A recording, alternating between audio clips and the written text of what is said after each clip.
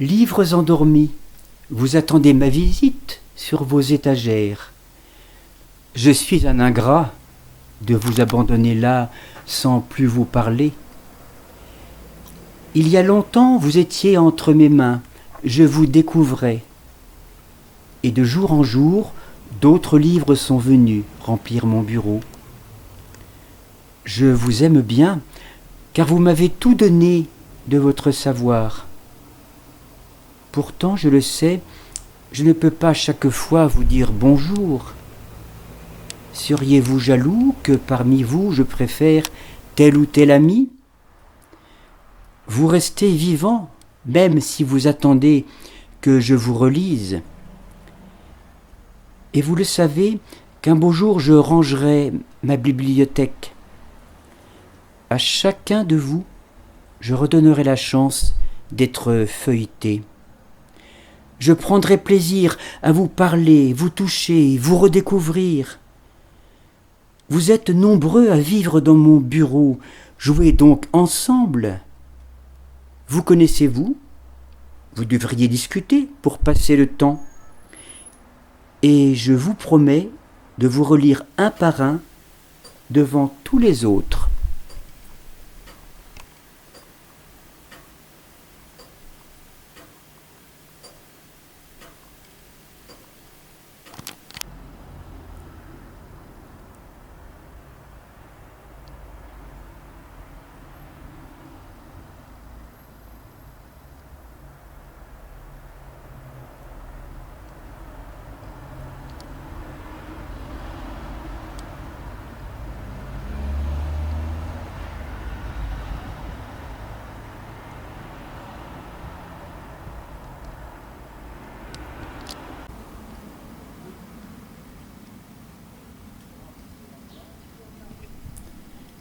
Qu'il est dur d'aimer sans qu'une fois nous laissions des mots s'échapper. Les mots sont ainsi, ils quittent trop tôt leur nid, sans savoir voler. Le cœur est empli de tous ces mots pleins de vie, mais dans sa candeur, oublie quelquefois qu'ils révèlent d'autres sens et peuvent blesser. Dans le cœur de l'autre, ne pouvant trouver leur place, ils sont mal reçus.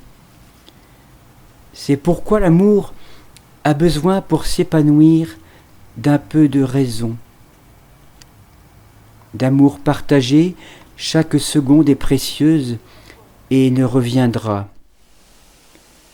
L'autre est si fragile, laissons couler le pardon comme une cascade.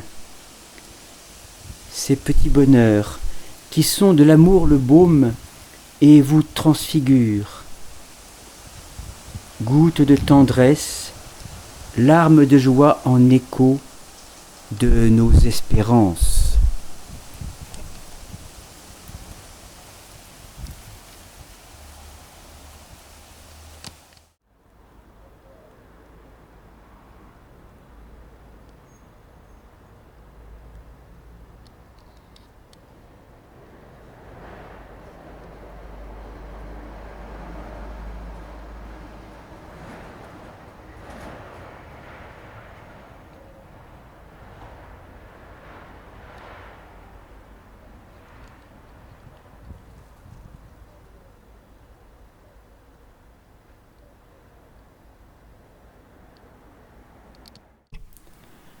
Si long le chemin pour venir jusque à toi, si long est le temps, si courte est la vie qui s'envole à tire-d'aile, et dans quel futur? Si courtes les nuits quand je rêve à ma princesse, mais si longs les jours lorsque je l'attends, qu'elle va téléphoner, je suis impatient. Si longs les moments quand son absence me pèse, mais si beau son rire, si pur son regard, si précieux que je le garde comme un diamant, si plein d'espérance et si rempli d'avenir que nous en vivons.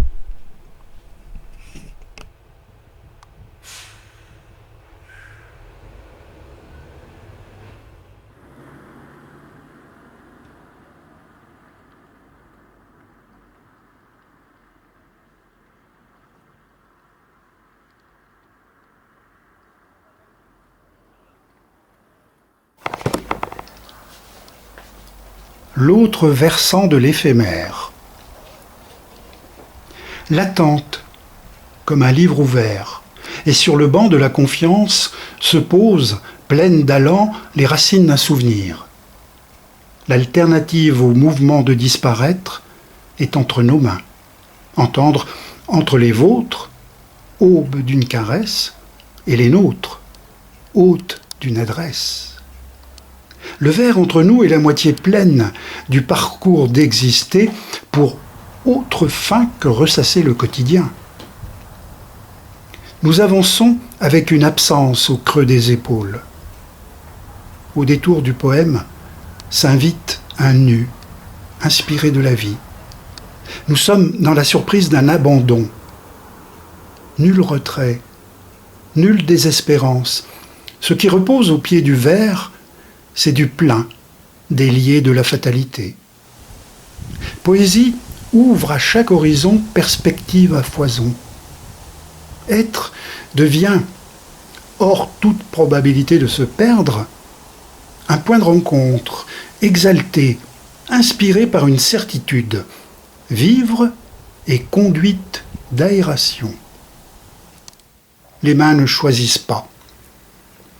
Elles accomplissent ce pourquoi notre naissance est mise au monde. Il est à chaque fois, à chaque vie, réussi le pari d'être humain. La beauté, la fragilité, la richesse, exprimée par nos soins, nous habillent de l'éternité de croire que s'asseoir sur un banc invente la clairière enchantée. Être humain, pour surseoir au devoir de responsabilité, habiller d'imprévu l'héritage de celles et ceux qui nous ont précédés. Le poème est une offrande, la plus généreuse qu'il nous soit donné de partager, d'envisager, de recevoir. Les mots de tout un chacun, les mots du quotidien, les mots que nous découvrons pour ce qu'ils sont, dans la nouveauté de ne pas nous ignorer, les mots, chers mots, se posent, oiseaux enchantés, en avant du chant que nous n'osions, nous ne savions pas composer. Quand le mot chante, il se pose vers. Voir ici nouvelle direction offerte à notre vie n'est en rien illusion. Ou alors, tout ce qui nous dépasse et nous révèle à notre condition est dure invention. Comme si la réalité n'était composée que d'ombre ou que de lumière. Vous le savez, nous le travaillons. Certains captent mieux la lumière, d'autres se débrouillent très bien avec l'écheveau d'ombre. L'être qui écrit ouvre le lit des prodiges. L'être qui écrit lit. Funambule, forcément, il révèle les ailes que nous pourrions nous reconnaître si nous n'abandonnions pas, dès la première facilité accordée, le souci de l'autre en nous. Cet autre, si personnel, à l'intime d'une fragilité qui ne nuit qu'à celui qui avance masqué. Cet autre, que nous pressentons vérité vraie au creux d'être ce que nous sommes, une solitude à deux volets. Seul, sans toi. L'autre en nous, c'est du verre qui oriente notre chemin au plus près de ce que nous sentons que nous ne sommes pas, ou plus. L'autre en nous, c'est un poème qui s'écrit au bout de nos doigts, à l'aimant d'une attente, jamais promesse, toujours caresse, mais demain, le présent étant occupé à autre presse. L'autre en nous, c'est le recueil de tout ce que nous ne disons pas, tout ce que nous n'exprimons pas, tout ce que nous ne réalisons pas, bref, tous les pas que nous n'osons pas accomplir. Des fois que la démarche, au bout, tisse autre fin que celle de nous décevoir. Dire un poème, l'offrir en partage, permet à l'autre de rencontrer son semblable, un différent qui modifie son trajet à l'heure d'une écoute que l'auteur a ravivée. Un poème réalise ce prodige. Chaque instant ne s'accumule pas dans la collection de nos regrets et autres projets avortés. Chaque instant se déploie, se déplisse, complice et non proie. Chaque instant traverse nos voies en prenant patience, attention, par la main. Et ainsi, nous cheminons, part et autre, dans une histoire qui est la vôtre, donc la nôtre. Une histoire qui ne s'interdit ni de croire, ni d'inventer, ni de recevoir, ni de susciter. Écoutons chaque mouvement d'inspiration.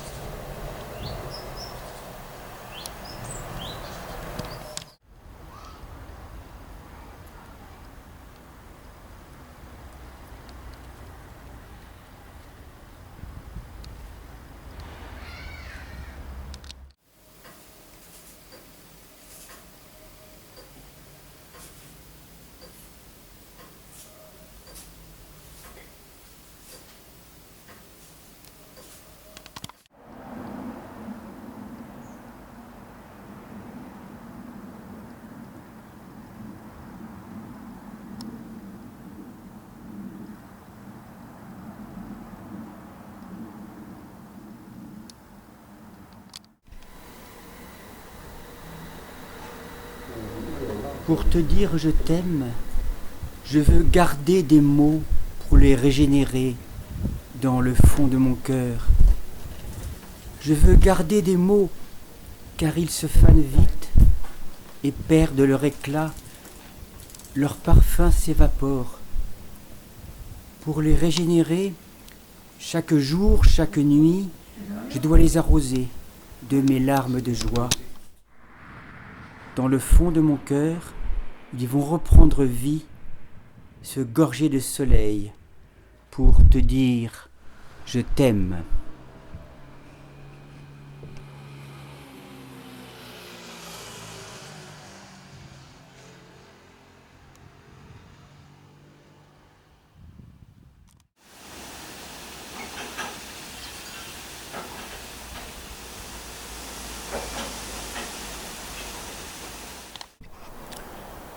Le cheval et l'âne, cette fable de La Fontaine est inachevée. La suite a été retrouvée dans un manuscrit non édité de La Fontaine par Michel Simier. Elle s'appelle donc la fable à quatre mains. En ce monde, il se faut l'un l'autre secourir. Si ton voisin vient à mourir, c'est sur toi que le fardeau tombe. Un âne accompagnait un cheval peu courtois, celui-ci ne portant que son simple harnois, et le pauvre baudet si chargé qu'il succombe. Il pria le cheval de l'aider quelque peu, autrement il mourrait devant qu'être à la ville. La prière, dit-il, n'en est pas incivile. Moitié de ce fardeau ne vous sera que jeu. Le cheval refusa, fit une pétarade, tant qu'il vit sous le fait mourir son camarade, et reconnut qu'il avait tort. Du baudet, en cette aventure, on lui fit porter la voiture, et la peau par-dessus encore. Et ce cheval fouetté par la foule en colère, ânant sous le poids de son double fardeau, honteux de n'avoir point aidé son congénère, traversa le vieux bourg sous la huée des badauds.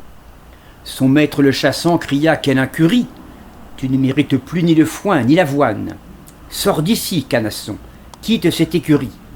Va mendier ta pitance auprès de Saint-Antoine. » Notre cheval s'enfuit chez Madame Cigogne et va quémander son souper, qu'un certain goupil sans vergogne avait par son culot voulu subtiliser. La cassolette de Gascogne, un bon pain de gruau et du fromage en dés, Voilà ce que Dame Cigogne offrit à son cher équidé.